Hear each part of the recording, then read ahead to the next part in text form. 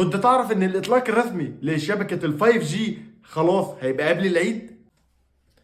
بعد ما الاربع شركات بتاع الاتصالات خدوا رخصة لل 5G خلاص هيشتغل وبيجربوه، وفي ناس بالفعل اشتغل عندهم. طب يعني ايه 5G؟ 5G يا جماعة باختصار ان الجيل الخامس.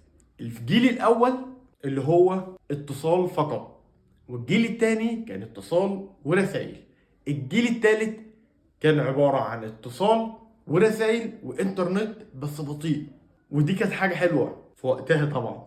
بعد كده الجيل الرابع عبارة عن اتصال برضو ورسائل وانترنت بس هيبقى سريع شويتين تلاتة عن الجيل التالت. طب الجيل الخامس ده بقى عبارة عن ايه؟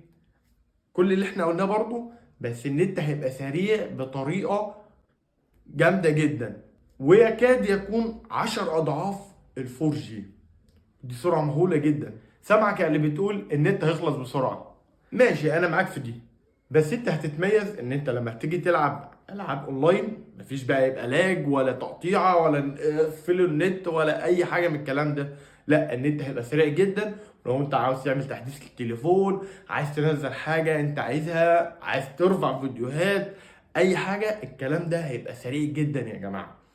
دي المميزات بتاعته. بالنسبه لاسعار ال 5G ما سمعناش ان في زياده خالص في اسعار الباقات. طب انا حاسك عايز تسالني تقول لي ايه الشروط اللي انا هتتوفر لو انا عايز اشغل ال 5G عندي. اول شرط طبعا يكون تليفونك بيدعم ال 5G، وهعمل فيديو ان شاء الله وهنزله بتكلم عن ارخص التليفونات اللي ممكن تشتريها من كل شركه بتدعم ال 5G. تابعني بقى عشان تشوف الفيديو ده. وتاني شرط يكون المكان اللي انت فيه مغطى بال 5G، عشان ال 5G ده بينزل دلوقتي حاليا بيتجرب في مناطق، واكيد هياخد مده شويه عقبال ما يغطي مصر كلها. واخر حاجه بقى انا مش عارف، مش متاكد منها، ان احنا ممكن نستبدل شرايحنا ولا لا بال 5G ولا لا.